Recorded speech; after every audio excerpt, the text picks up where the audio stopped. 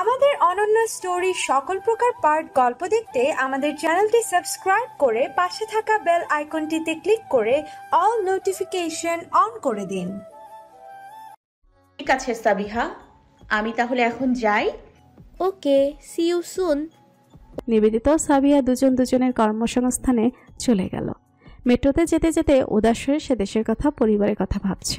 এই ছবির মতো সুন্দর দেশও এখন তার নজর কাড়ে না। খুব করে তার মনে পড়ে থাকে গ্রামের মেঠো পথ, ফসল ভরা ক্ষেত, বৃষ্টিমুখর পরিবেশ, মায়ের আদর যত্ন, শাসন, বাবার আদর, দুই ভাইয়ের সাথে খুনসুটি, সব কিছুই সে খুব মিস করে। এখন আর অসুস্থ হলেই দেখার কেউ নাই, যত্ন নেওয়ার কেউ নেই। আগে সামান্য জ্বর হলে বাড়ি শুদ্ধ লোক পাগল হয়ে যেত, আর এখন 103 ডিগ্রি জ্বর এলেও কিছু যায় আসে না। কাজে যেতে হয়, কাজ করতে হয়, রান্না না করলে খাওয়ার সুযোগও নেই। বিদেশ জীবনটা সহজ নয়, অন্তত একা সার্ভাইভ করা খুবই কঠিন ব্যাপার। নিবেদিতার বুক চিরে ভারী দীর্ঘশ্বাস বেরিয়ে এলো। মেট্রো থেকে নেমে ভাবলো সাবিয়ার জন্য ভালো একটা গিফট কিনতে হবে, কিন্তু কি দেওয়া যায়? হাতে অবশ্য জমানো বেশ কিছু টাকাই আছে, এতে সে সাবিয়ার জন্য ভালো গিফট কিনতে পারবে। লাঞ্চ ব্রেকে পাশের শপ থেকে কিছু কিনে নেবে ভাবলো সে। 5 মিনিট হাঁটতেই বেকারিতে পৌঁছে গেল। বাইরের সব দুশ্চিন্তাকে বাইরে রেখেই এবার সে মনোযোগ দিল কাজে। তার মালিক এমনিতে খুব ভালো মানুষ, কিন্তু কাজে কোনো ভুল হলে একদম বরদাস্ত করতে পারে না।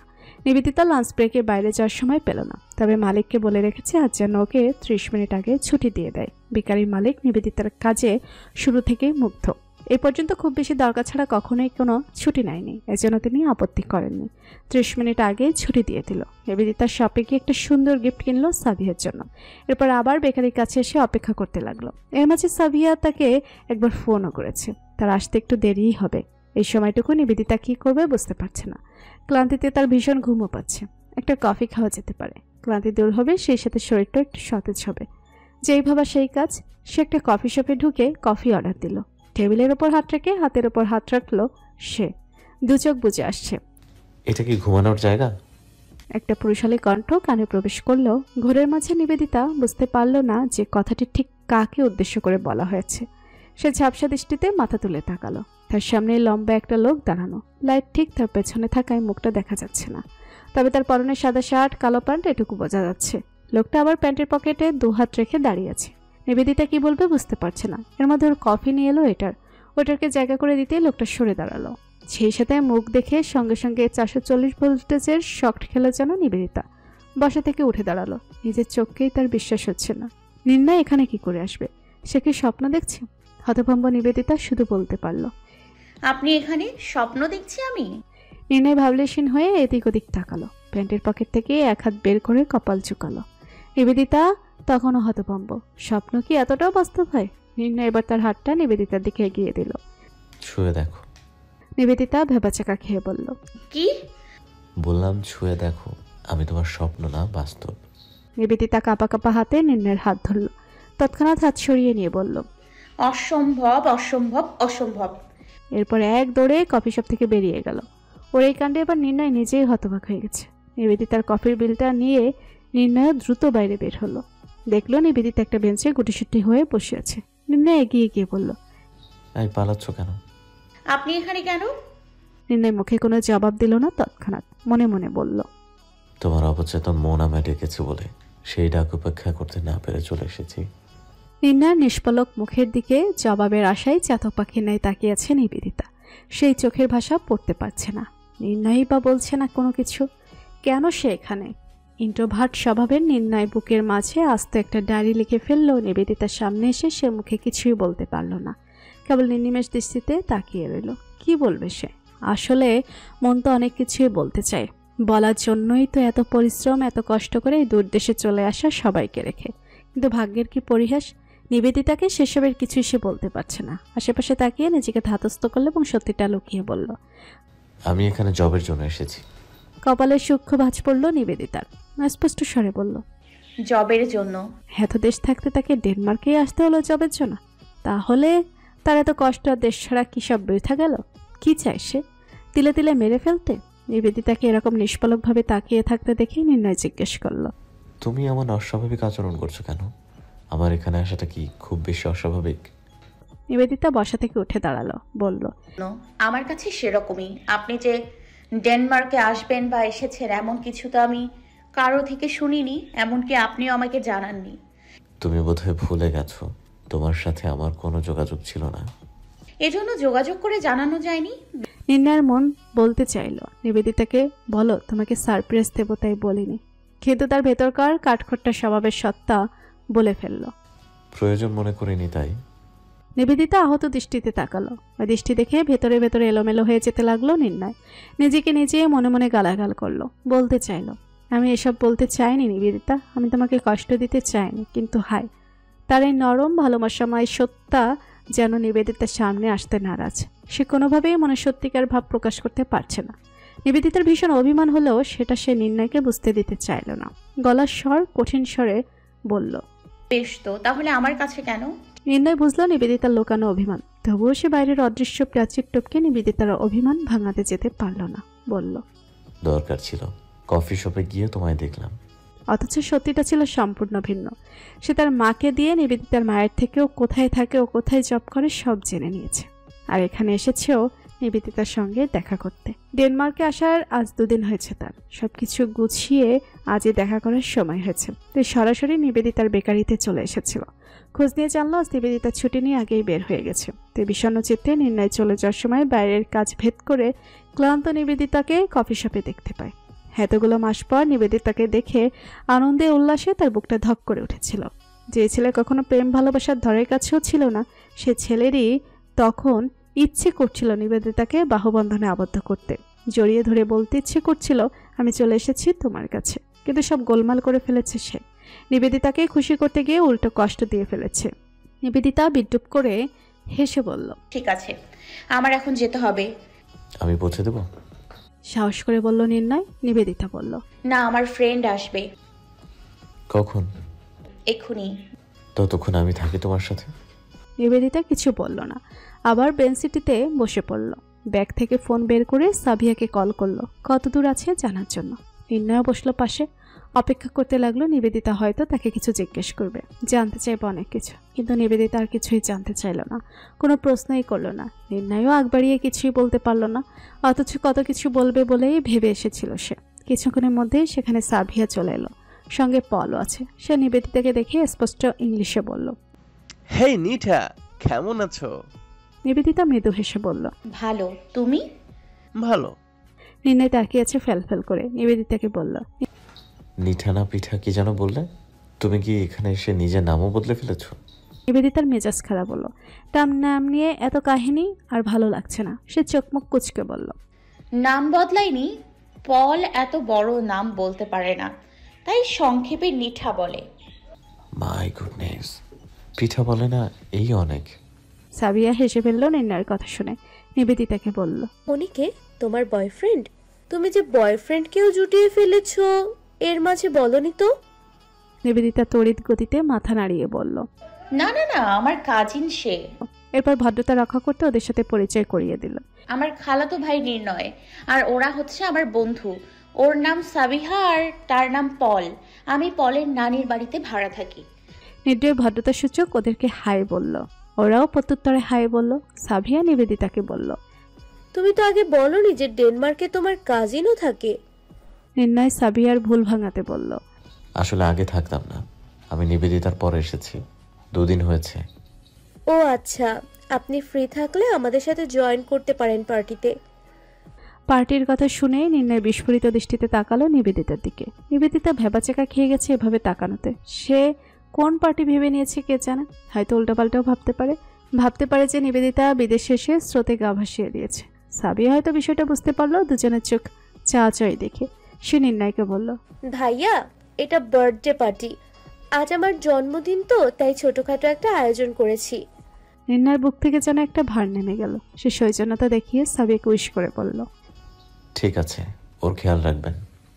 আপনার কি কাজ আছে এখন? না থাকলে আপনিও আসুন ভাইয়া, দ্বীপে সেলিব্রেট করব, মজা হবে। নির্ণয়ের দ্বীপ টিপের প্রতি কোনো আগ্রহ নেই। এত রাতে নিবেদিতা পার্টিতে জয়েন করবে, তাও আবার কিনা দ্বীপে। এই দুশ্চিন্তাতেই তার মাথা নষ্ট। সাথে আবার পলকে দেখে সে আরও দুশ্চিন্তায় পড়ে গেছে। বার্থডে সেলিব্রেট করবে মানে আরও মানুষজন থাকবে। এখানে মানুষজন বলতে ছেলে নিয়েই তার বেশি চিন্তা। যদিও না জেনে কারো সম্পর্কে খারাপ ধারণা করা ঠিক না, তবুও মন তো প্রিয় মানুষের ব্যাপারে সবসময় সতর্ক থাকতে চায়। সে নিবেদিতার জন্য বার্থডে পার্টিতে যেতে রাজি হয়ে গেল। বলল, তাহলে আপনারা একটু ওয়েট করুন, আমি সব থেকে আসি। কেন? খালি হাতে যাই কি করে? এখন কিছু লাগবে না ভাইয়া, পরে এক সময় দিয়ে দিয়েন, আমরা এমনিতেই দেরি করে ফেলেছি। ঠিক আছে, আমি নিবেদিতার কাছে আপনার গিফট পাঠিয়ে দিব। ঠিক আছে। এতক্ষণ পল এবং নিবেদিতা দুজনেই চুপচাপ ছিল। এবার পল বলল, চলো যাওয়া যাক। চলো। ড্রাইভিং সিটে পল বসেছে, ওর পাশে বসেছে সাবিহা। নতুন মানুষের সাথে এজি হতে পারবে কিনা ভেবে নির্ণয়কে পেছনে নিবেদিতার সাথে বসতে দিয়েছে সাবিহা। গাড়ির জানালা খোলা, বাতাস আসছে বেশ। নিবেদিতা ও নির্ণয় দুজন গাড়ির দুমাথায় বসা, ভাব এমন যে একজন আরেকজনের শত্রু, কেউ কারোর সাথে কোনো কথাও বলছে না। সাবিহা নিজেই নির্ণয়কে জিজ্ঞেস করলো, ভাইয়া এখানে কোথায় উঠেছেন? কোপেনহেগেন শহরেই। ও আচ্ছা, আমরা শহর থেকে একটু ভেতরের দিকে থাকি, দ্বীপটাও ওই দিকেই, আমাদের বাড়ি ক্রস করেই যাব। এত রাতে দ্বীপে সমস্যা হবে না? নির্ণয় কথা কম বলা মানুষ, কিন্তু আজ যেচে এত প্রশ্ন করছে নিবেদিতার সেফটির কথা ভেবেই। আফটার অল সে নিজেই এই দেশে নতুন। সাবিয়া হেসে বলল, না ভাইয়া, সিকিউরিটির ব্যবস্থা আছে। দ্বীপে কি মানুষজন বসবাস করে? না, তবে রিসোর্ট আছে, রেস্টুরেন্ট আছে, বেশি না, দ্বীপটাও ছোট, পর্যটক মহল আসে তো মাঝে মাঝেই। আরে বাহ, ডেনমার্কে এমন কিছু আছে জানা ছিল না তো। সাবিয়া হাসলো। নির্ণয় এতক্ষণে খেয়াল করলো নিবেদিতার জানালায় মাথা রেখে ঘুমিয়ে পড়েছে। মেয়েটার কি মাথা খারাপ? এভাবে কেউ জানালায় মাথা রেখে? সে নিস্তেজ স্বরে ডাকলো, নিবেদিতা, নিবেদিতা। নিবেদিতার ঘুম ভাঙল না। সাবিয়া বলল, থাক ভাইয়া, ঘুমাক একটু, পৌঁছেই না হয় ওকে ওঠাবো, কিন্তু ওর মাথাটা সরিয়ে দেন জানালা থেকে। নির্ণয় তাই করলো। নিবেদিতার মাথা জানালা থেকে সরিয়ে গাড়ির স্টিচের সাথে হেলান দিয়ে রাখলো, কিন্তু এতে করে বারবার ঢুলে পড়ছিল নিবেদিতা। তাই সাহস সঞ্চয় করে নির্ণয় নিজে নিবেদিতার মাথা নিজের কাঁধে রাখলো। বুকটা হঠাৎ করেই যেন নিস্তেজ হয়ে গেল নির্ণয়ের। এতটা শান্তি সে শেষ কবে অনুভব করেছিল মনে নেই। সে কখনো নিবেদিতাকে নিয়ে কিছু ভাবেনি। এই কথা যেমন সত্য, তেমনই আবার যখন থেকে ওকে নিয়ে ভাবা শুরু করেছে তখন থেকে ওর প্রতিটা মুহূর্ত কাটতো অস্থিরতায়। নিবেদিতার ভরসার জায়গা হবে সে কল্পনা করত। এই যে আজ, এখন হলো নিবেদিতার অজান্তেই। কেন জানে না তার চোখ মুহূর্তে অশ্রু জড়ো হলো, আনন্দের অশ্রু। নির্ণয় এক কর্নারে একটা চেয়ারে চুপ করে বসে আছে, ওর সামনে সফট ড্রিঙ্কস, কিন্তু সেদিকে ওর মন নেই। ওর দৃষ্টি ওর থেকে একটু দূরে হাসি মুখে কথা বলতে থাকা নিবেদিতার দিকে। কি সুন্দর করে হাসছে মেয়েটা। ওরা এখানে পৌঁছানোর আগে নিবেদিতার ঘুম ভেঙে গিয়েছিল, তবে ঘুম ভেঙে সে নিজেকে নির্ণয়ের কাঁধে আবিষ্কার করেনি, কারণ নড়াচড়া টের পেয়ে নির্ণয় ওর মাথা সিটের সাথে হেলিয়ে দিয়েছিল। নির্ণয়ের একটা জিনিস বেশ ভালো লাগলো যে এখানে যারাই আছে কেউ কোনো অশালীন পোশাক পরেনি কিংবা উশৃঙ্খল কোনো আচরণও কারোর মধ্যে পরিলক্ষিত হয়নি। ইনভাইটে যারা এসেছে তাদের মধ্যে বিদেশি বেশি, ছেলে মেয়ে উভয়ের সংখ্যায় প্রায় সমান। কিছুক্ষণ পর পল এলো নির্ণয়ের কাছে, ইংরেজিতে বলল, তুমি এখানে একা বসে আছো কেন? আমাদের সাথে জয়েন করো। নির্ণয় হেসে বলল, সমস্যা নেই, আমি এখানেই ঠিক আছি। তুমি কি আনইজি ফিল করছো? সত্যি বলতে একটু করছি। আসলে আমি এসব পার্টি অনুষ্ঠানে অভ্যস্ত নই তো। পল মাথা দুলিয়ে বলল, বুঝতে পেরেছি। ঠিক আছে, তবুও ইচ্ছে হলে কিন্তু আমাদের সাথে জয়েন করতে পারো। ইচ্ছে হলে যাব। পল হেসে চলে গেল। কিছুক্ষণ নাচলো সবাই। নিবেদিতা আর সাবিয়া একসাথে নাচছিল। নির্ণয় প্রথম নিবেদিতাকে নাচতে দেখলো। যদিও নাচ বিশেষ কিছু নয়, এমনিতে একটু হাত পা নাড়ানো, ঠোঁটে মুগ্ধ করা হাসি। নাচ শেষ হলে কেক কাটার সময় নির্ণয়কে গিয়ে ওদের সাথে জয়েন হতেই হলো। সাবিয়া কেক কেটে নিবেদিতা ও পলককে খাইয়ে দিল, ওরও সাবিয়াকে খাইয়ে দিল। এই পর্যন্ত সব ঠিকই ছিল, কিন্তু পল যখন নিবেদিতাকে কেক খাইয়ে অল্প একটু কেক ওর গালে মাখিয়ে দিল, তখনই ভেতরটা কেমন যেন করে উঠল নির্ণয়। রাগ যে যেন উপচে বের হয়ে আসতে চাচ্ছিল। পল হাসছে। নিবেদিতা দুম করে ওর পিঠে একটা কিল দিয়ে বলল, খুব খারাপ হলো এটা, আমার স্কিন খুব সেনসিটিভ। এই যে নিবেদিতা রাগ করে পলকে মারল, এটাও নির্ণয়ের ভালো লাগলো না। কেন? অদ্ভুত। সে তো মোটেও হিংসুটে স্বভাবের নয়। তার ভেতর যে জেলাসি সত্য আছে এটা তো সে কখনোই টের পায়নি। সবাইকে কেক কেটে দেওয়া হলো পিরিচে, নির্ণয়কেও দেওয়া হয়েছে, কিন্তু সে কেক খেলো না। চুপ করে আবার আগের জায়গায় গিয়ে বসে রইল। যথাসম্ভব চেষ্টা করলো নিজের অনুভূতি সুপ্ত অবস্থায় রাখতে। এখানে বিভিন্ন আইটেমের খাবারের পাশাপাশি অ্যালকোহলেরও ব্যবস্থা আছে, চাইলে যে কেউ খেতে পারবে। বিল সব সাবিহার। এই সুযোগ অনেকেই হাতছাড়া করলো না, ফলে সে নির্ণয়কে রেড ওয়াইন অফার করলো। নির্ণয় ভদ্রতার সাথে বলল, আমি এসব খাই না। তুমি এবং নিঠা দেখি একই, নিঠাও খায় না। নির্ণয় হাসলো। তাকালো একবার নিবেদিতার দিকে। মেয়েটাকে ভীষণ ক্লান্ত দেখাচ্ছে, তবুও সে স্বতঃস্ফূর্ত থাকার চেষ্টা করছে সাবিয়ার সামনে। হোয়াটসঅ্যাপে তখন বিউটি বেগমের কল এলো। নির্ণয় কল রিসিভ করে অন্য সাইডে চলে গেল। বিউটি বেগম জিজ্ঞেস করলেন, কেমন আছিস বাবা? ভালো আছি মা, তুমি কেমন আছো? আমিও ভালো আছি। তুই এখন কোথায়? নিবেদিতার সাথে দেখা হয়েছে? হ্যাঁ, ওর সাথে আছে এখন। নিজের মনের কথা জানিয়েছিস? না মা, উল্টো আরো হার্ড করে কত কি বলে ফেলেছি। বিউটি বেগম অবাক হয়ে বললেন, সে কি, কেন? জানি না মা, আমি বলতে চাই একটা, ভেতরে সত্য বলে আরেকটা। এমন দোনমনা করলে তো চলবে না নির্ণয়। নিবেদিতাকেও তো জানার প্রয়োজন যে তুই শুধু ওর জন্যই ডেনমার্কে গিয়েছিস, আর এর জন্যই তোকে কত কষ্ট করতে হয়েছে। বলবো মা, আমার বোধহয় আর একটু সময় নেওয়া প্রয়োজন। আর কত সময়? পরে না আবার দেরি হয়ে যায়। হবে না, তুমি। পুরো কথা শেষ হওয়ার আগে নিবেদিতা চলে এলো সেখানে। পরে কথা বলবে বলে নির্ণয় কল কেটে দিল। নিবেদিতা বলল, কে খালামুনি? হুম। ও, কল কাটলেন কেন? কথা বলতাম আমিও। আচ্ছা, কল দিচ্ছি। না থাক, এখন আর কল দিতে হবে না। বলছিলাম যে আপনি কি আরো থাকবেন এখানে? কেন, তুমি থাকবে না? আমার ভীষণ মাথা ব্যথা করছে, বাসায় যেতে চাচ্ছি। আপনি চাইলে থাকতে পারেন। তুমি না থাকলে আমি থেকে কি করব? আমি কি এদের কাউকে চিনি? থাকতে জোর করিনি। তাহলে চলুন আমরা চলে যাই। চলো। নির্ণয় নিবেদিতা সাবিয়া থেকে বিদায় নিয়ে বাসার উদ্দেশ্যে রওনা দিল। দ্বীপ থেকে বোটে করে ওরা মেইন রোডে এলো। নিবেদিতা বলল, এখান থেকে আমার বাসা কাছেই। আপনাকে আরেকটু সামনে গিয়ে ট্যাক্সি নিতে হবে। আপনি কি আমার বাসায় যাবেন? সংকোচে সরাসরি হ্যাঁ বলতে পারল না নির্ণয়। বলল, তোমার বাসায় গিয়ে কি করব? কিছুই না, চাইলে রেস্ট করতে পারেন। ঠিক আছে। নিবেদিতা ভেবেছিল নির্ণয় রাজি হবে না, কিন্তু ওকে আশ্চর্য করে দিয়ে সে রাজি হয়ে গেল। ওর মুখের বিস্মিত ভাব লক্ষ্য করে মুখ অন্যদিকে ঘুরিয়ে হাসল নির্ণয়। বাড়িতে গিয়ে ওকে বসতে দিল নিবেদিতা। ব্যাগ টেবিলের ওপর রেখে বলল, আমার এই রুমের ভেতরেই সব। এক সাইডে ওয়াশরুম, অন্য সাইডে কিচেন। বেড বরাবর বিশাল বড় একটা জানালা, বেডের পাশেও একটা জানালা, সামনে বড় একটা বারান্দা। নির্ণয় চোখ ঘুরিয়ে পুরো রুমটা দেখলো। এক রুমের ভেতর সব হলেও রুমটা বিশাল। নিবেদিতা বলল, আপনি ফ্রেশ হয়ে আসুন, আমি চা বানাই। নির্ণয় মাথা দুলিয়ে সাই জানিয়ে ওয়াশরুমে গেল। নিবেদিতা কিচেনে গিয়ে বড় করে শ্বাস নিল। তার বুক ধুকভুক করছে। এভাবে একা বাড়িতে সে নির্ণয়ের সাথে ভাবতেই শরীরে কাঁটা দিচ্ছে। যদিও জানে যে উল্টাপাল্টা কিছু হওয়ার সম্ভাবনা একদমই নেই, তবুও বুকের ভেতরটায় কেমন যেন দম বন্ধ করার অনুভূতি হচ্ছে। নিবেদিতা তো মনে হচ্ছে সে ঠিকমতো নির্ণয়ের সামনে শ্বাসও নিতে পারছে না। কখন না জানি আবার নির্ণয় বলে বসে, তুমি শ্বাস আটকে রেখেছ কেন?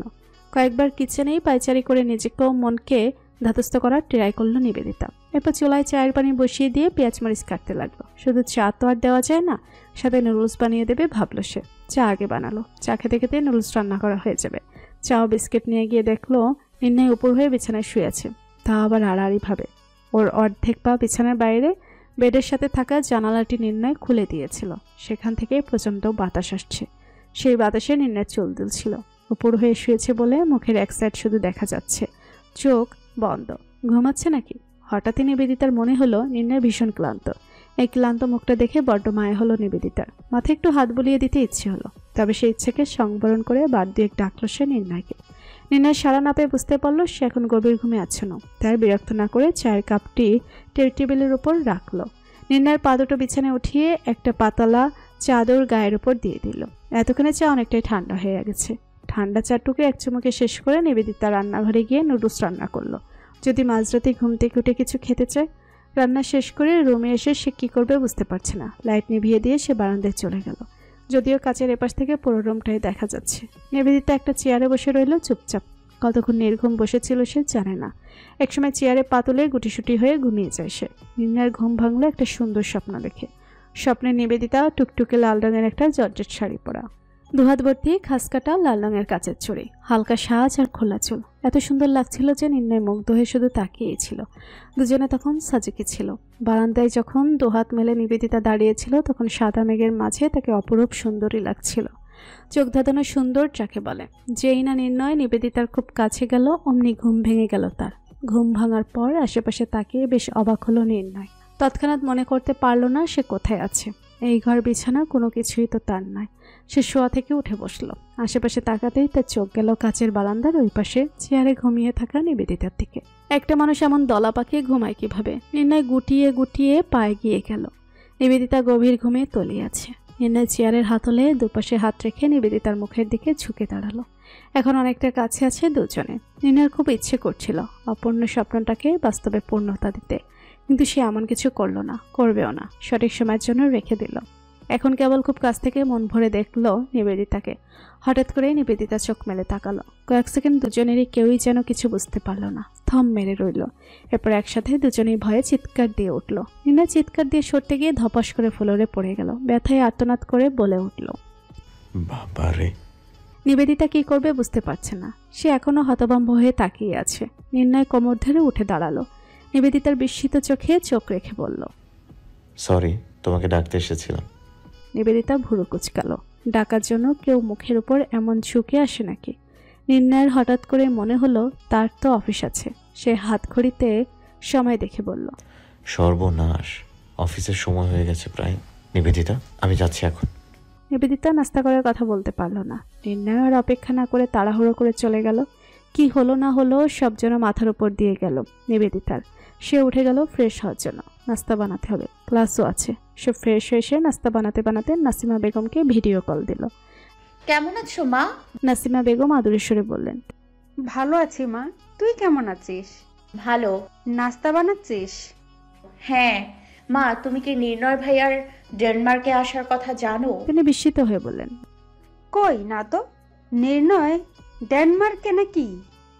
হ্যাঁ। আপা তো আমাকে কিছু বলেনি। ওখানে কেন নির্ণয়? জবের জন্য নাকি এসেছে। কবে গেল? তোর সাথে দেখা হয়েছে? 2 দিন ধরে নাকি এসেছে। দেখা করতে এসেছিল গতকাল। আমাদের কাউকে কেন কিছু বললো বুঝতে পারছি না। তুমি খালাকে ফোন করে জিজ্ঞেস করে নিও। আর তার বিয়ের ব্যাপারেও তো আর কিছু শুনলাম না পরে। বিয়ে কি হয়ে গেছে?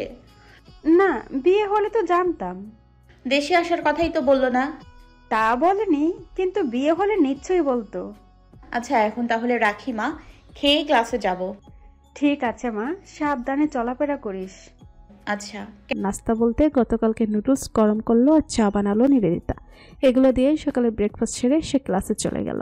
মেধাত একটার পর একটা শার্ট চেঞ্জ করছে, কিন্তু কোনো শার্টই তার নিজের কাছে ভালো লাগছে না। মৌটুসি তাকিয়ে আছে জিজ্ঞাসা দৃষ্টিতে। মেধাতের চোখে মুখে বিরক্তির ছাপ।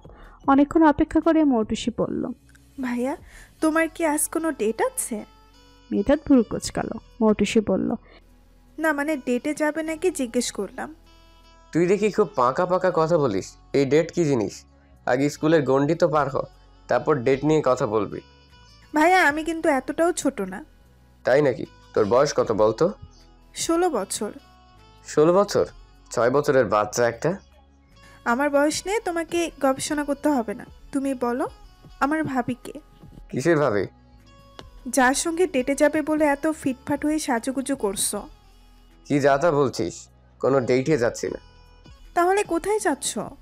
মেধাত একটা অফ হোয়াইট রঙের শার্ট গায়ে জড়িয়ে বলল। ডেনমার্ক। মৌটুসি বিস্ময়ে হতবাক হয়ে বলল, ডেনমার্ক? কিন্তু কেন? দরকার আছে। সেই দরকারটাই বা কি? তোকে এত কিছু বলবো কেন? আমি কেমন যেন সন্দেহের গন্ধ পাচ্ছি। পাবিই তো। তোর যে নাকের সমস্যা। মৌটুসি বায়না ধরে বলল, বলো না ভাইয়া, ডেনমার্ক কেন যাবে? ঘুরতে?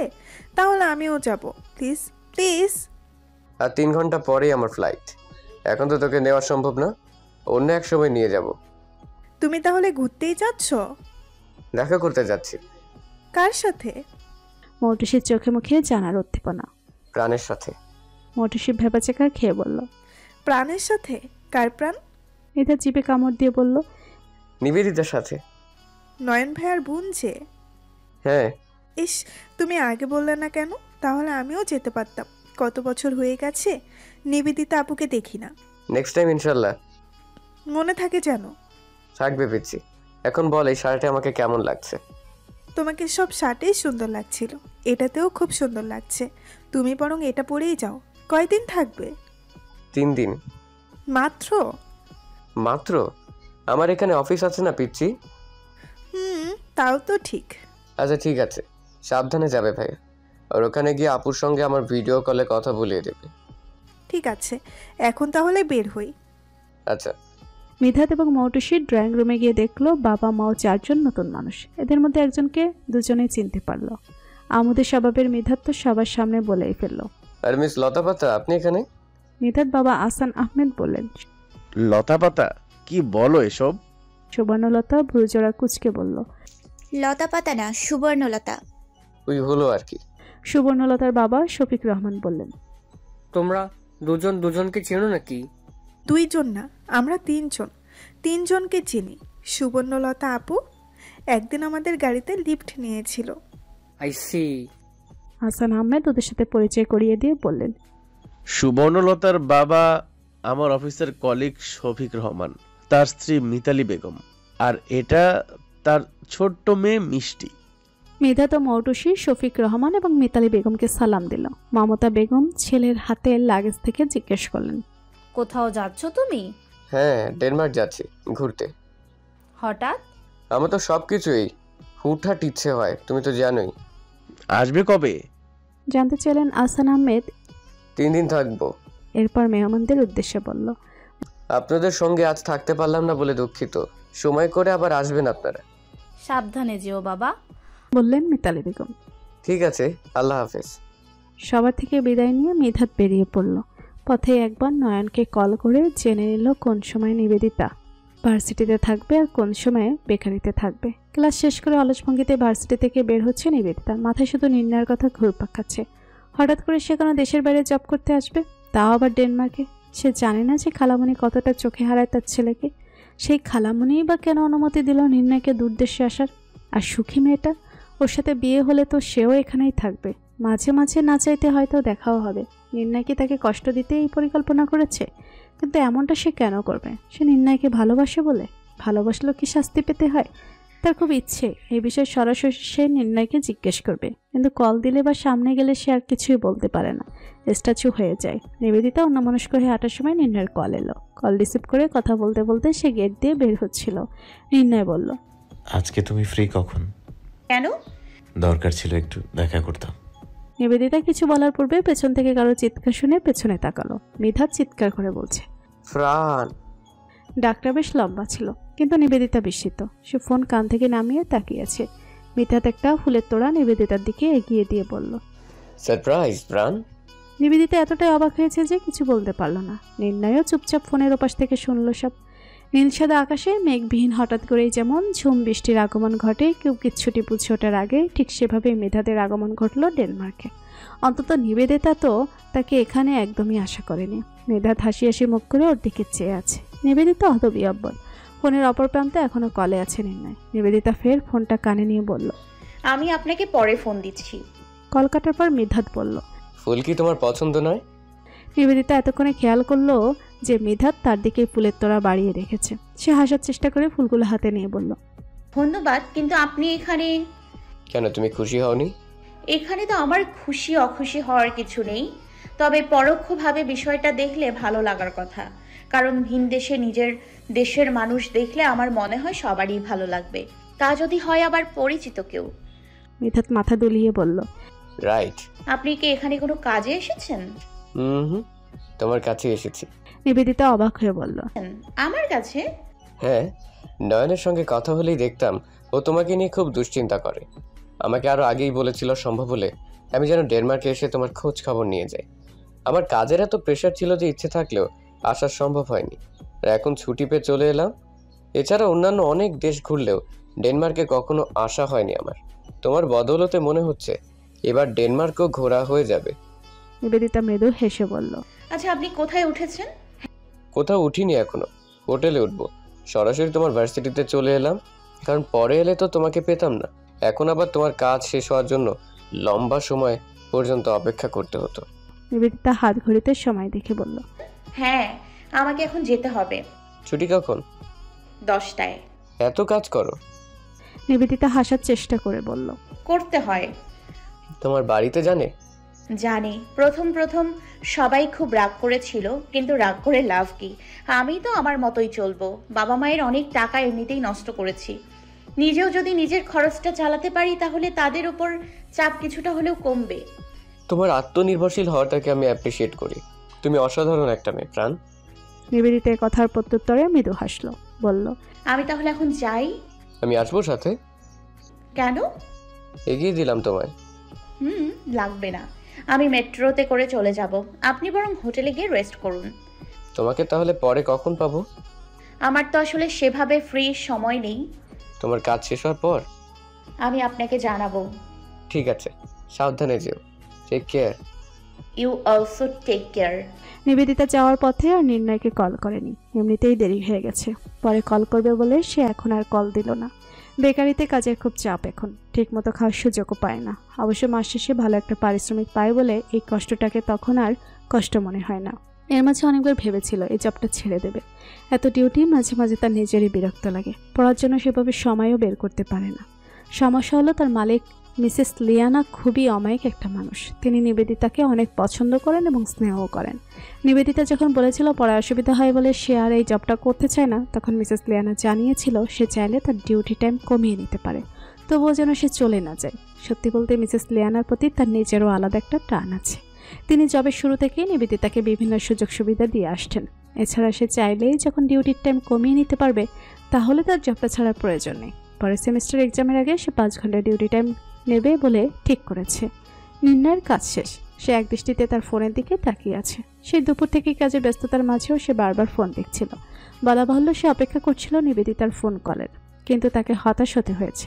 এখনো পর্যন্ত নিবেদিতা তাকে ফোন করেনি, এমনকি কোনো টেক্সটও নয়। নিবেদিতা কি খুব ব্যস্ত কাজে নাকি ওই ছেলের সাথে?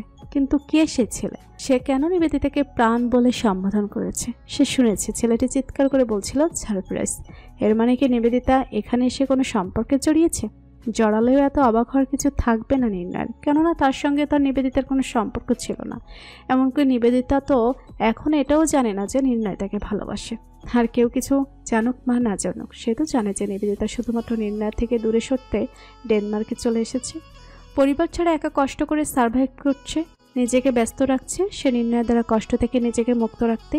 সেখানে যদি নিবেদিতা এই কষ্ট থেকে মুক্ত থাকার জন্য কোনো সম্পর্কে গিয়েও থাকে, তাহলে নির্ণয়ের এখানে কিছু বলার বা করারও নেই। ভালো থাকার অধিকার অবশ্যই নিবেদিতার আছে, কিন্তু সেই ভালো থাকাটা অন্য একটা ছেলেকে ঘিরে আবর্তিত, এটা ভাবতেই বুকের ভেতরে অসহনীয় যন্ত্রণা হচ্ছে।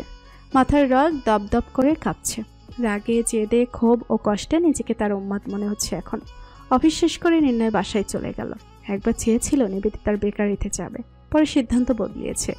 যার এতক্ষণে একটাবার কল করার সময় হয়নি, তাকে গিয়ে শুধু শুধু বিরক্ত করার কোনো মানে হয় না। হয়তো এখন নিবেদিতা তার ভালোবাসার মানুষটাকে নিয়ে ব্যস্ত আছে। বাসায় ফিরে লম্বা সময় ধরে শাওয়ার নিল সে। রুমে এসে দেখলো নিবেদিতার কল। সে কল রিসিভ করতে ওপাশ থেকে নিবেদিতা বলল,